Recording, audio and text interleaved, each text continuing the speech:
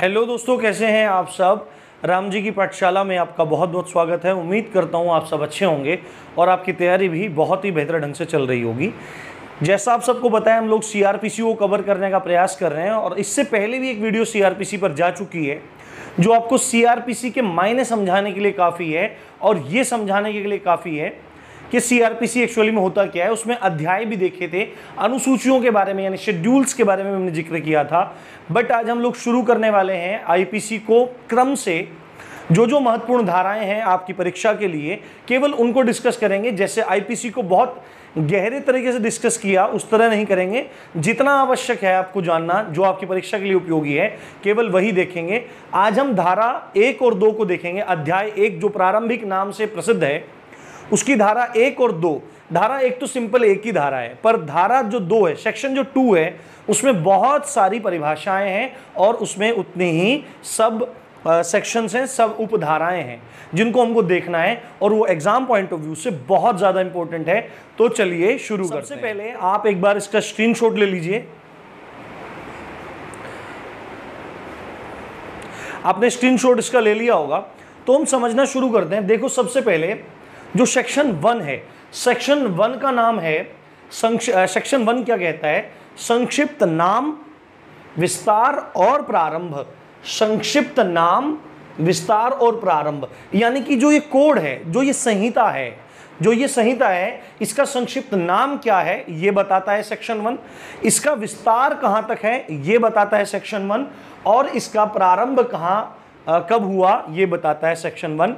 और इसमें देखो, संक्षिप्त नाम में कोई बड़ी बात नहीं, आपको सबको पता है, मैं बताऊंगा अभी। प्रारंभ कब से हुआ ये भी आपको पता है, विस्तार कहां पे ये भी आपको पता है। बट इसमें एक लॉजिक है जो आपको समझना बहुत ज्यादा जरूरी है।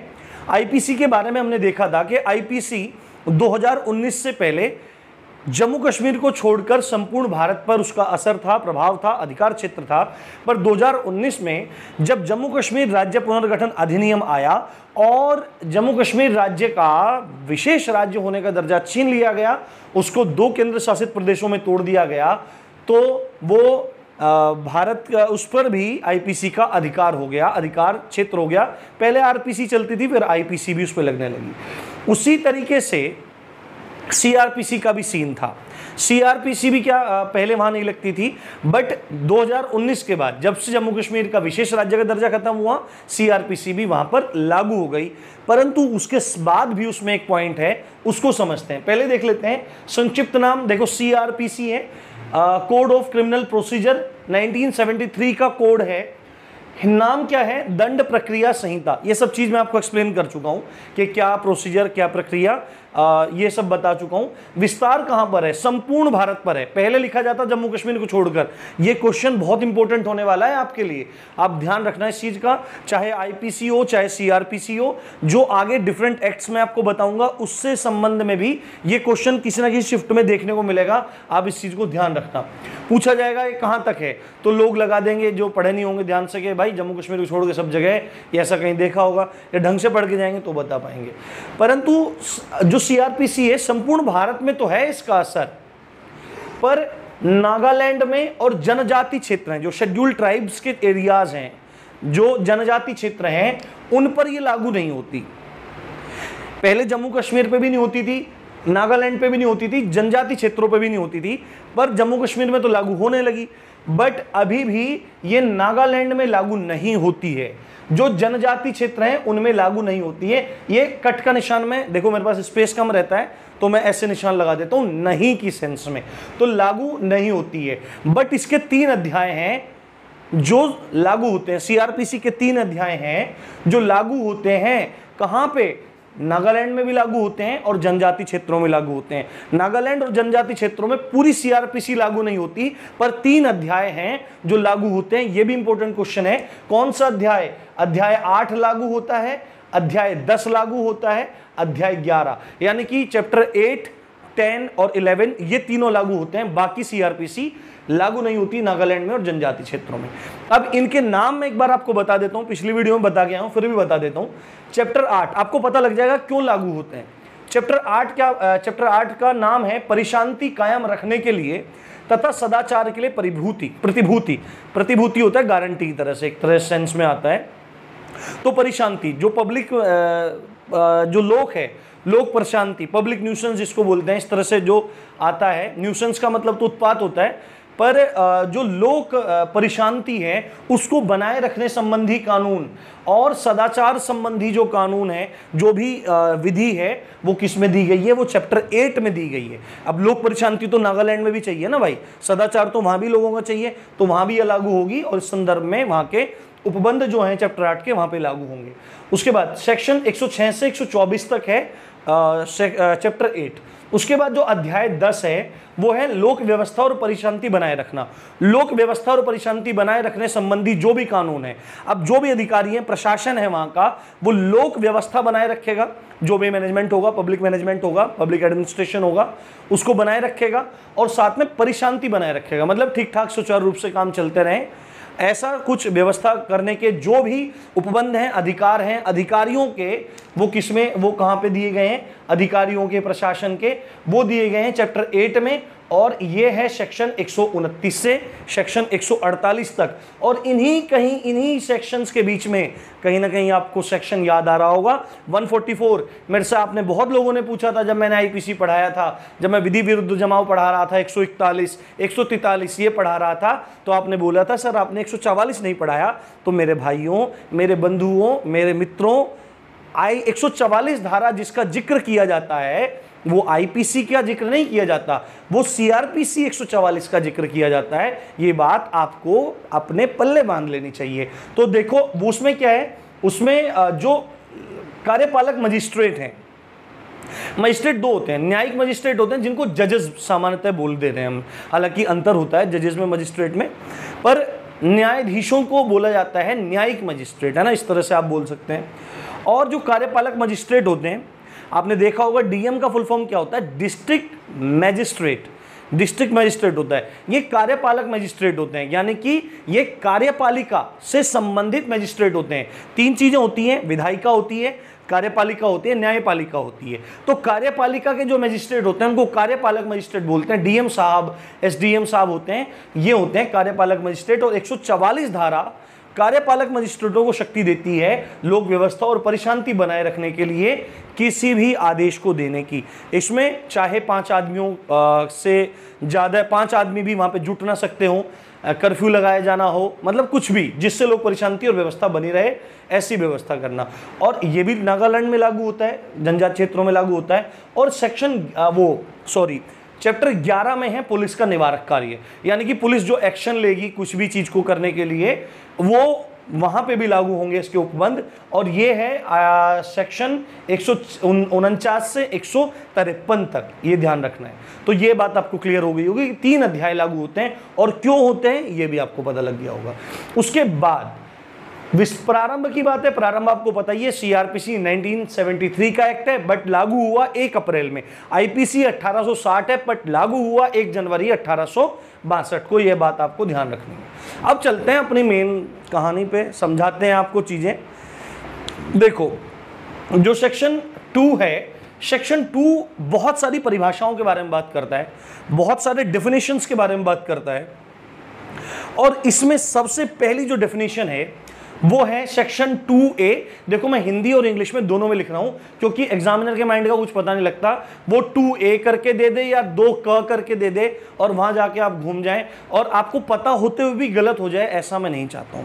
तो 2A या 2K बात एक ही है। और 2A और 2K बोलता है जमानती अपराधों के बारे में, कि जमानती अपराध यानी कि बेलेबल ऑफेंस, ऑफेंस अपराध होता है, बेलेबल जमानती है।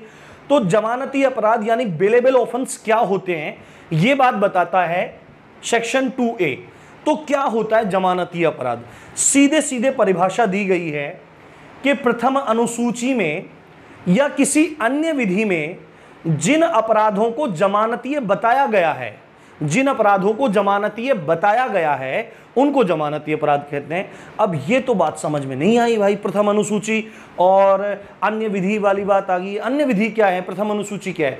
तो लास्ट वाली वीडियो में मैंने आपको बताया था कि 2+1 सीआरपीसी के पास 2+1 शेड्यूल्स हैं, अनुसूचियां हैं, जिनमें से 2 तो पक्की हैं, एक पे काम चल रहा है। 2020 का सीआरपीसी अमेंडमेंट है, संशोधन हो रहा है, राज्यसभा से पास हो चुका है।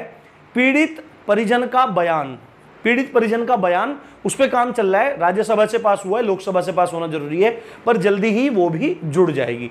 पर उससे पहले जो 2 अनुसूचियां जो कंफर्म है, पहली है अनुसूची 1 जो अपराधों का वर्गीकरण है, यानी कि जमानतीय अपराध कैसा, मतलब कौन सा अपराध जमानतीय है, कौन सा अपराध अजमानतीय है, कौन सा संज्ञेय है, कॉग्निजिबल है, कौन सा असंज्ञेय है, नॉन कॉग्निजिबल है, कौन सा अपराध किस मजिस्ट्रेट द्वारा ट्रायल में लिया जाएगा, ये सब बातें बताती है अनुसूची 1।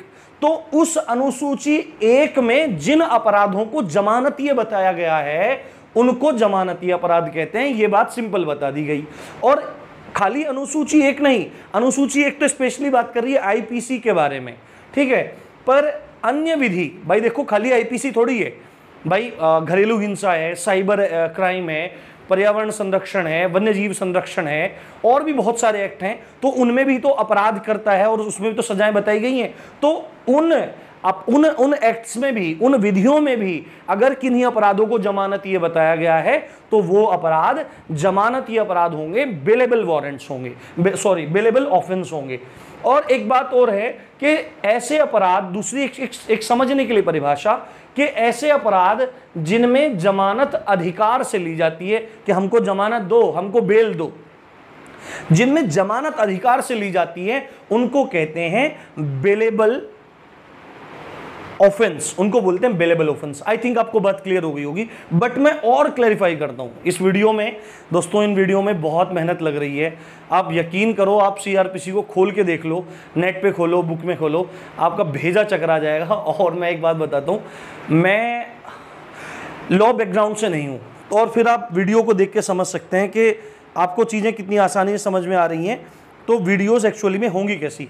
अब देखो मेरे पास ये जो पहली अनुसूची है, जो फर्स्ट शेड्यूल है, इसके कुछ मेरे पास एक बुक है, उस बुक में ये पूरी अनुसूची दी हुई है। उसी अनुसूची के पेजेस मैं आपको दिखा रहा हूँ, एक पेज दिखा रहा हूँ मैं। टेलीग्राम में ये सारे पेजेस डाल दूंगा, आप वीडियो के बाद जाके देख लेना। टेलीग्राम चैनल का लिंक मैं डिस्क्रिप्शन में दे दूंगा, जाके ज्वाइन कर लेना, ठीक है, और अच्छे से इन चीज़ों को देख लेना, और भी अपडेट्स वहाँ पे आपको मिलते रहेंगे। तो यहाँ पे देखो, आप यहाँ पे दिखाता हूँ मैं आपको, देखो यहाँ पे थोड़ा सा बड़ा करके दिखाता हूँ। देखो ऊपर लिखा दिखाई दे रहा होगा, आप अपनी स्क्रीन को वाइड रखना, थोड़ा दिखाने में बस पढ़ने का मन बनाओ, पढ़ाई अपना आप हो जाएगी भाई। अध्याय 8 लोक प्रशांति के विरुद्ध अपराध हैं, जिसमें सबसे पहले आप देख रहे होंगे सेक्शन 143। सेक्शन 143 में क्या लिखा है? विधि विरुद्ध जमाव का सदस्य होना। विधि विरुद्ध जमाव का सदस्य होना, ये सब आपको मैं पढ़ा के आया हूं, इस पे नो मोर डिस्कशन, कुछ डिस्कशन नहीं करेंगे। उसके बाद अगली ही लाइन में देखो, अगली लाइन में आपको इस अपराध की सजा दिखाई दे रही है, और उसके बाद हमको पता लग रहा है तीसरे कॉलम में कि संज्ञेय है कि असंज्ञेय है, ठीक है, इसको भी देखेंगे हम असंज्ञेय और असंज्ञेय को भी देखेंगे। और उसके बाद आपको चौथे कॉलम में पता लगेगा कि ये एक जमानतीय अपराध है। बात क्लियर हो रही होगी ना, कि प्रथम अनुसूची में जिन अपराधों को या अन्य विधियों में जिन अपराधों को जमानतीय बताया गया है, सेक्शन 2A कह रहा है वो जमानतीय अपराध हैं, वो जमानतीय अपराध हैं, और ये चीज आपने देख ली होगी। उसके बाद अगली धारा देखो यहाँ पे 144। देखो 144 में अभी आपको बता के आया हूं क्या, कि सीआरपीसी 144 है, उसको सिद्ध भी कर दे रहा हूं यहां पे। किसी घातक आयुध से सज्जित होकर विधि विरुद्ध जमाव में सम्मिलित होना, और ये बात तो नहीं है, ये तो बात है ही नहीं, उसमें तो 5 आदमी की वाली बात है, कर्फ्यू वाली बात है, तो वो सीआरपीसी की है, इसलिए इन चीजों को ध्यान में रखना चाहिए। तो 144 है, 144 में देखो संज्ञेय में लिखा हुआ यथोक्त, यथा उक्त, यानी कि जैसा ऊपर लिखा है वैसा, यानी कि ये भी एक संज्ञेय अपराध है। जमानतीय अजमानतीय वाले कॉलम में लिखा है कि यथोक्त, यानी कि ये भी जमानतीय अपराध है। और उसके बाद अगला कॉलम भी देख लो, उसमें क्या लिखा हुआ है, उसमें लिखा हुआ है कि कोई भी मजिस्ट्रेट इसकी सुनवाई कर सकता है। तो आई थिंक आपको बात क्लियर हो गई होगी। अब आगे बढ़ते हैं, देखो यहाँ पे और चीजें भी दिखा देता हूँ, एक मिनट पहले यहाँ पे चलते हैं। तो दूसरी बात, जो सेक्शन 2A है ये खाली जमानती अपराध की बात नहीं करता है, साथ साथ में गैर जमानती अपराध को भी निपटा देता है, नॉन बेलेबल ऑफेंस की भी बात कर लेता है। क्या सिंपल सेक्शन में तो ये बात लिखी है कि प्रथम अनुसूची या अन्य विधियों में जिन अपराधों को जमानतीय बताया गया है वो जमानतीय अपराध है, और शेष जो हैं, इनसे जो शेष हैं, जो बाकी रह गए हैं, उनको गैर जमानतीय। भाई जाहिर सी बात है, अगर 4 रोटी थी, 2 उसमें से खाली कितनी बची, 2 बची, तो वही वाली बात आई कि जिन अपराधों में जमानत मिल सकती है प्रथम अनुसूची या अन्य कानूनों के हिसाब से वो जमानती हैं, बाकी बच गए गैर जमानती हैं। यही बात बोली जा रही है कि शेष कैसे हैं, नॉन बेलेबल ऑफेंस है, जो प्रथम अनुसूची में, मैं और एक्सप्लेन कर दे रहा हूं कि प्रथम अनुसूची में और अन्य विधियों में जिनको non bailable offence, NBO, non bailable offence यानी कि गैर जमानती अपराध बताया गया है, उनको गैर जमानती अपराध कहते हैं। और इसमें एक बात आप ध्यान से सुनिए, गैर जमानती अपराधों में जो जमानत होती है वो न्यायालय के विवेक पर निर्भर करती है, वो न्यायालय के विवेक पर निर्भर करती है। न्यायालय चाहे तो जमानत दे दे, ना चाहे तो ना दे। विवेक का मतलब क्या होता है? विवेक का मतलब होता है सही और गलत की पहचान करने वाला गुण। आपको बोलते हैं ना बड़े विवेकशील हैं, बड़े विवेकशील है, इसका मतलब है कि उनको पता है कि क्या सही है और क्या गलत है। जो सही और गलत के बीच का अंतर जानता है उसके अंदर ये गुण कहा जाता है कि ये विवेकशील हैं, विवेक का अर्थ ये होता है। तो मैं आपको दिखा देता हूं, देखो अजमानतीय मैंने आपको दिखा दिए, अजमानतीय मैंने आपको दिखा दिए, उसके बाद आप ये भी देख लो, उसके बाद आप ये देख लो, यहाँ पे सबसे नीचे चलो, देखो आप सबसे नीचे चलो, ये 153 का दिख रहा होगा आपको, वर्गों के बीच शत्रुता का संप्रवर्तन, यानी कि वर्गों, जो भी संप्रदाय, जो हमारे संप्रदाय हैं, हिंदू हैं, मुस्लिम हैं, सिख हैं, ईसाई हैं, इनके बीच में अगर कोई शत्रुता का संप्रवर्तन यानी कि इनके बीच में लड़ाई लगवाने की कोशिश करता है, दंगे लगवाने की कोशिश करता है, तो उसके बाद दूसरे सेक्शन में लिखा, दूसरे कॉलम में लिखा है उसका दंड लिखा है। उसके बाद संज्ञेय है, देखो यथोक्त लिखा है, ऊपर से देख सकते हैं संज्ञेय अपराध है। संज्ञेय अपराध बताऊंगा क्या चीज है अभी। और यहां पे लिखा है लास्ट में कि ये एक अजमानतीय है, यानी कि नॉन बेलेबल है, यानी कि गैर जमानतीय अपराध है। तो ये बात आपको क्लियर हो गई होगी, ठीक है। चलिए आगे बढ़ते हैं, ये बात आपको क्लियर हो गई होगी। अब यहां पे देखो आप, ये चीज क्लियर। उसके बाद जो सेक्शन 2B है, सेक्शन 2B बात करता है आरोप के बारे में। आरोप ये इंग्लिश में बोलते हैं चार्ज, बोलते हैं ना कि यार मेरे पास तो ये चार्जेस लग गए, उस पे ये चार्जेस लग गए, उस पे ये चार्जेस लग गए, ठीक है। चार्ज की बात करते हैं, आरोप की। सेक्शन 2B आरोप की परिभाषा है। अब आपको ये कोई समझाने की हिम्मत भी नहीं करेगा जल्दी से कि भाई आरोप क्या चीज है। आरोप की परिभाषा लिखी हुई है CRPC में, जब आरोप के एक से अधिक शीर्ष हों, आरोप का कोई भी शीर्ष है, ये परिभाषा लिखी है CRPC में। अब लो समझ लो इसे क्या है ये, कि अब इसको थोड़ा मजाकिया वे में चलते हैं कि जब आरोप के एक से अधिक सिर हों और आरोप का कोई भी सिर हो। अब बताओ कहां सिर मार लें देखे ये थोड़ी मजाक की बात है। अब मारते रहो, सिर समझ में नहीं आएगी। बट एक केस है ईशर सिंह वर्सेस आंध्र प्रदेश राज्य। ईशर सिंह बनाम आंध्र प्रदेश राज्य 2004 का मामला है। उसमें कोर्ट ने आरोप की परिभाषा बताई कि आरोप कहते किसको हैं। आरोप के बारे में कोर्ट ने कहा कि आरोप एक विशेष प्रकृति का कथन है, एक विशेष प्रकृति का कथन है, यानी कि एक बात है, कोई एक विशेष बात है। कथन का मतलब जो कही जाती है, एक विशेष बात है जो अभियुक्त के विरुद्ध तय किए गए हैं। जो अभियुक्त मतलब क्या होता है कि आरोपी, अभियुक्त का मतलब सीधे सीधे जिस पर चार्जेस लगाए जा रहे हैं, ठीक है। अभियुक्त का मतलब जिस पर चार्जेस लगाए जा रहे हैं कि सर फलाने आदमी ने मेरे पापा को ये कह दिया, फलाने आदमी ने मेरी गाय मार दी, फलाने आदमी ने मेरे भाई मार दिया, उसको थप्पड़ मार दिया, फलाने आदमी ने मेरा हाथ काट दिया। जो ये फलाना आदमी है यही है अभियुक्त, यानी कि जिसके लिए जो कथन है वो ये विशेष प्रकृति का कथन है जो अभियुक्त के विरुद्ध तय किए गए हैं। सिंपल बात आपको समझ में आ रही होगी कि किसी के साथ कोई अपराध हो जाता है, आपके पास भी आएंगे लोग, जब आप दरोगा बन जाएंगे तो आपके पास आएंगे कि सर जी हमारे साथ ऐसे हो गया, फलाना हो गया, और उस आदमी ने ये कर दिया। तो ये जो कथन कहा गया कि उस आदमी ने ये कर दिया, तो ये एक विशेष प्रकार का कथन है जो अभियुक्त पर लगाया जा रहा है, अभियुक्त के विरुद्ध तय किया जा रहा है। ये होता है क्या? आरोप। ये आपको ध्यान रखना है। आई थिंक आपको बात क्लियर हो गई होगी। उसके बाद आगे चलते हैं, सेक्शन 2C की तरफ चलते हैं। सेक्शन 2C बोलता है संज्ञेय अपराधों के बारे में, कॉग्निजेबल ऑफेंस के बारे में बात करता है। सेक्शन 2C, इसकी परिभाषा इसमें दी हुई है, और सिंपल सी बात है, संज्ञेय अपराध वो अपराध हैं जिसमें पुलिस अधिकारी प्रथम अनुसूची या अन्य विधि के अनुसार, प्रथम अनुसूची और अन्य विधि के अनुसार बिना वारंट गिरफ्तार कर सकता है। बिना वारंट गिरफ्तार कर सकता है। देखो अभी मैंने आपको दिखाया था, स्क्रीनशॉट दिखाया था, उसमें गैर जमानती और जमानती दिखा रहा था, उससे पहले संज्ञेय और असंज्ञेय लिखा हुआ था। तो प्रथम अनुसूची में या इसी तरह अन्य विधि में कहीं किसी अपराध को संज्ञेय बताया गया हो, तो जहां भी लिख दिया गया कि ये अपराध संज्ञेय हैं, चाहे वो प्रथम अनुसूची हो या अन्य विधि हो, कोई अन्य कानून हो, और तो उसमें क्या करेगा? पुलिस अधिकारी बिना वारंट के गिरफ्तार कर लेगा।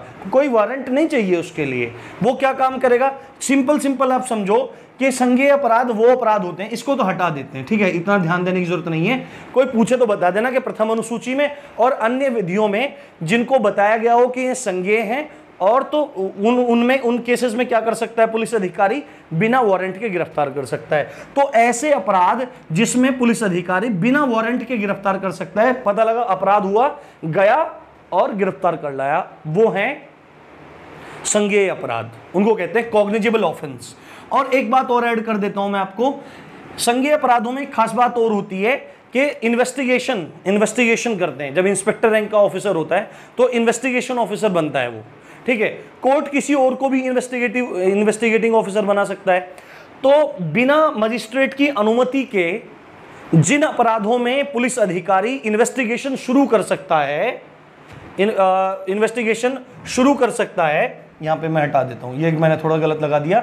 ऐसे अपराध जिसमें पुलिस अधिकारी बिना मजिस्ट्रेट की अनुमति के अन्वेषण चालू कर सकता है, उनको संज्ञेय अपराध कहते हैं। आई थिंक आपको बात समझ में आ गई होगी। संज्ञेय अपराध किसको कहते हैं? जिनमें पुलिस अधिकारी बिना वारंट के गिरफ्तार कर सकता है और बिना मजिस्ट्रेट की अनुमति के इन्वेस्टिगेशन यानी अन्वेषण को चालू कर सकता है, उसको संज्ञेय अपराध कहते हैं। और एक बात सोचो कि जिस ऐसे कोई अपराध होते होंगे जिनमें पुलिस अधिकारी ना तो कोर्ट से पूछ रहा है ना कुछ कर रहा है, जाके पकड़ के लेके आ रहा है, तो वो अपराध कैसे होंगे भाई? गंभीर अपराध होंगे। मर्डर कर दिया, रेप कर दिया, ऐसे कुछ है ना, तो गंभीर अपराध होंगे जिनको संगीन अपराध कहते हैं। तो ऐसे अपराध होंगे, तो गंभीर अपराध होते हैं, संगीन अपराध होते हैं, संज्ञेय अपराध कहलाते हैं, कॉग्निजेबल। और एक और बात है, सामान्यतः जिन अपराधों के लिए 3 वर्ष से अधिक का कारावास निश्चित किया गया है, उनको भी आप संज्ञेय अपराधों की श्रेणी में रख सकते हैं। और आज की जो अंतिम धारा मैं आपको बता रहा हूं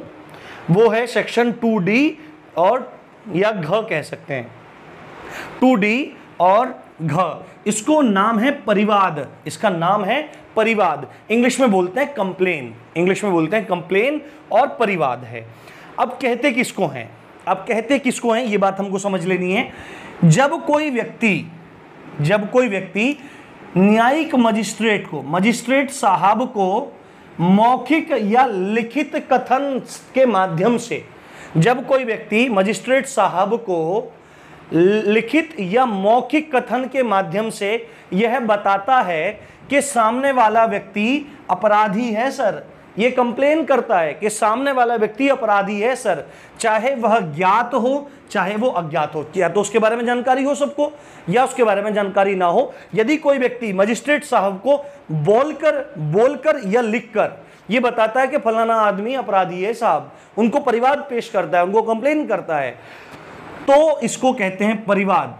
और अच्छे समझ लेते हैं, जब कोई व्यक्ति मजिस्ट्रेट साहब को लिखकर या बोलकर बताता है कि ज्ञात और अज्ञात व्यक्ति अपराधी है सर, और इस मंशा से बताता है कि मजिस्ट्रेट साहब सीआरपीसी के दायरे में रहते हुए इस पर कार्यवाही करेंगे, इस पर कार्यवाही कर सकते हैं, तो इसको कहते हैं परिवाद। यानी कि सीधे सीधे बात है, जब कोई व्यक्ति किसी अपराधी की सूचना मजिस्ट्रेट साहब को देता है इस मंशा से कि मजिस्ट्रेट साहब कार्यवाही करेंगे, उसको बोलते हैं परिवाद। यानी कि जो कंप्लेन होती है वो कोई भी व्यक्ति सीधे मजिस्ट्रेट से करता है।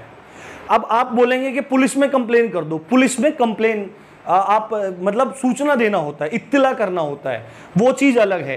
पर एक्चुअली में अगर आप टेक्निकल टर्म में जाएंगे तो कंप्लेन अगर बोला जाएगा तो कोई भी व्यक्ति किससे करेगा, कोई भी व्यक्ति किससे करेगा, कोई भी व्यक्ति करेगा मजिस्ट्रेट साहब से, मजिस्ट्रेट साहब से। और ये जो कंप्लेन है ये पुलिस रिपोर्ट नहीं है, ये पुलिस रिपोर्ट नहीं है। हम बोलने जाते हैं अब ये कंप्लेन जो है वो पुलिस रिपोर्ट नहीं है, पुलिस रिपोर्ट अलग चीज है, वो आगे ही इनमें आएगी, परिभाषा आएगी।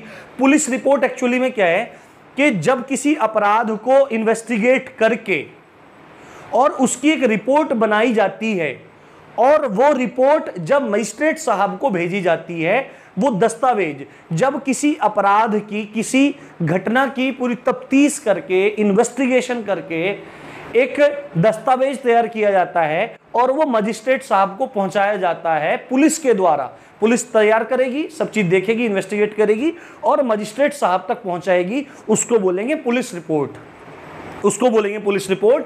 यानी पुलिस मजिस्ट्रेट को जो दस्तावेज सौंप रही है उसको बोल रहे हैं पुलिस रिपोर्ट अन्वेषण के बाद। और जो कोई भी व्यक्ति डायरेक्टली मजिस्ट्रेट साहब को बोल रहा है कि फलाना आदमी अपराधी है, उसको बोलेंगे क्या, परिवाद बोलेंगे। उम्मीद करता हूं आपको वीडियो पसंद आई होगी। और यार भाई मैक्सिमम शेयर करो यार, मतलब ग्रुप्स में डालो, कहीं भी डालो, बहुत मेहनत लगती है, इस मेहनत को कम से कम कामयाब करो, आप लोग कामयाब हो जाओ और चैनल को बड़ा करो, ये आपका कर्तव्य है। क्योंकि देखो अगर आपको राम जी की पाठशाला इतना सहायता कर रही है तो ये आपका भी धर्म है, आपका भी कर्तव्य है कि आप भी राम जी की पाठशाला को प्रमोट करें, इसको बढ़ाएं, ये आप ही का परिवार है। तो इसी अच्छी बात के साथ आप देख रहे थे राम जी की पाठशाला, मैं हूं राम भारद्वाज। जय हिंद, जय भारत।